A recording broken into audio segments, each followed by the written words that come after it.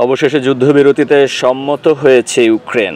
যুক্তরাষ্ট্রের president Donald ট্রাম্পের সঙ্গে ইউক্রেন প্রেসিডেন্ট ভলোদিমির জেলেনস্কির উত্তপ্ত বাক্যালাপের পর জেলেনস্কি নিজ থেকেই আবারও শান্তি আলোচনার আহ্বান জানিয়েছেন।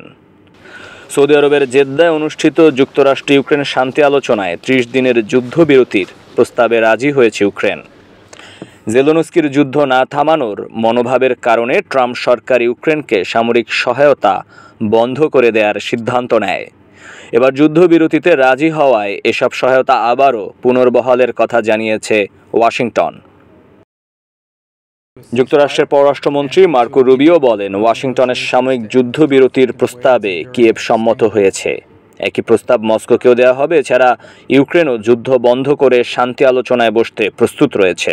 এবার মস্কোর সিদ্ধান্ত জানানোর পালা। মস্কো রাজি হলে হয়তো এই 1 মাসের মধ্যেই থেমে যেতে পারে 3 বছরের যুদ্ধ। আর মস্কো রাজি না হলে শান্তির পথে বড় একটি প্রতিবন্ধকতা হবে বলে মনে করেন মার্কো রুবিও।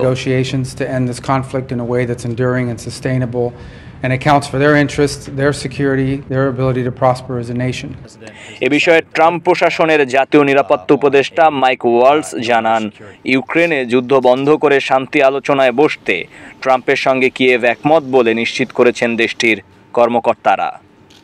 ইউক্রেনের দীর্ঘমেয়াদী শান্তি ও নিরাপত্তা নিশ্চিতেও আলোচনা শুরু হয়েছে।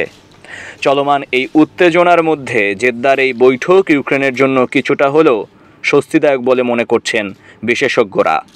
জেদ্দার বৈঠক সম্পর্কে হোয়াইট হাউসে দেয়া এক সাক্ষাৎকারে ট্রাম্প জানান, অল্প কিছুদিনের মধ্যেই একটি চূড়ান্ত চুক্তির পথে হাঁটছে Ukraine Russia.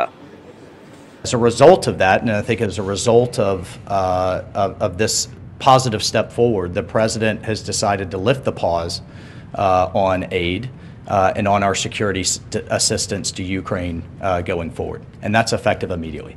We're going to tell them this is what's on the table. Ukraine is ready to stop shooting and start talking. And now it'll be up to them to say yes or no. I hope they're going to say yes. And if they do, then I think we made great progress. If they say no, then we'll unfortunately know what the impediment is to peace here.